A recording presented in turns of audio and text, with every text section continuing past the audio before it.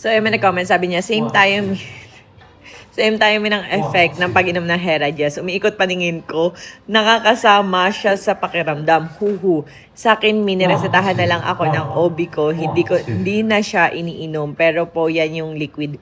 So, sa akin kasi guys, di ba nga nung mag-outing kami nung minsan, nandun kami sa Pita something. Yung parang kuha ng isda, tapos maglalangoy dapat kami kasi may resort doon. So, ayun nga, yun yung time na dinugo ako. So, enjoy na sana. Sabi nga ng asawa ko, paano daw sayaw daw ako ng sayaw na igiling-giling mo. Sabi ko, dati pa naman ako sayaw ng sayaw. Tapos sabi niya sa akin, ano daw kasi, sabi niya sa akin, yung datihan daw kasi mga sayaw sa TikTok, light lang, ganyan. Ngayon daw kasi igiling-giling mo. So, ayun na nga, ayun na nga, dinugo nga ang person. Tapos, pinainom ako niyan. Parang nga, hindi na ako pero syempre, sabi bedre. So, ang iniinom ko ngayon is folic acid, Dupaston, saka yan nga yung Herajes na yan. So, nung una, sabi ko, bakit ako pinipimple? Sabi ko, ganun, hindi ko alam. Normally, kapag buntis ako, ang kinis ko sobra. So, ngayon meron ako, tingnan nyo guys, ayan, ang laki.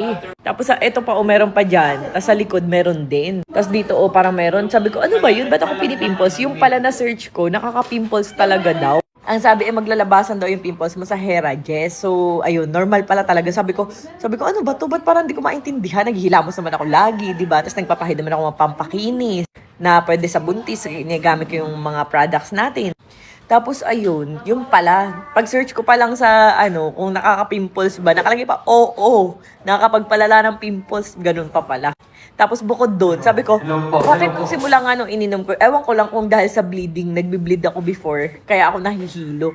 So ngayon, napagtanto ko, dahil nga rin sa pagbabasa ko rin ng mga comments nyo tulad nyan, hindi lang pala ako. So may mga naka-experience din pala na uminom nun, tas nahihilo. So grabe yung akin yung parang ganun yung feeling ko. Kaya nung kaninang sa CR ako, pinupuntahan ako ng asawa kong okay lang daw ba ako. Napup lang naman ako nun. Sabi ko, hilong-hilo ako tapos hanggang sa humiga na ako. Nung nakatulog ako, umokay. Ganun siya. Pag nakakatulog ako, umo-okay. So yung pala, dahil dun sa Herajes pala yun. Pero syempre, kailangan siyang inumin. Kasi nga sinabi ako inumin. Kasi nga pampakapit, ganyan. And kaya kahit pimples din ako mahilo ko, talagang required siyang inumin. Yung pala. So nung una, medyo nakikurious pa ako kung ba't ako pinipimples, ba't ako nahihilo, yung pala. So ayan, thank you sa mga nagko-comment ng ganyan. At least, nalalaman ko yung kung bakit. Ayan. So ito, buntis at lactating. Ayan. Medyo okay kami dito. Yung asawa ko kakanta. Ganda nung nabili namin na kantahan. Ano siya, dyan na rin yung screen mo. Tapos dyan yung speaker, tapos may mic. Ayun pala siya. Puro kalokohan. Kaya ang saya lagi dito sa bahay. Ayan.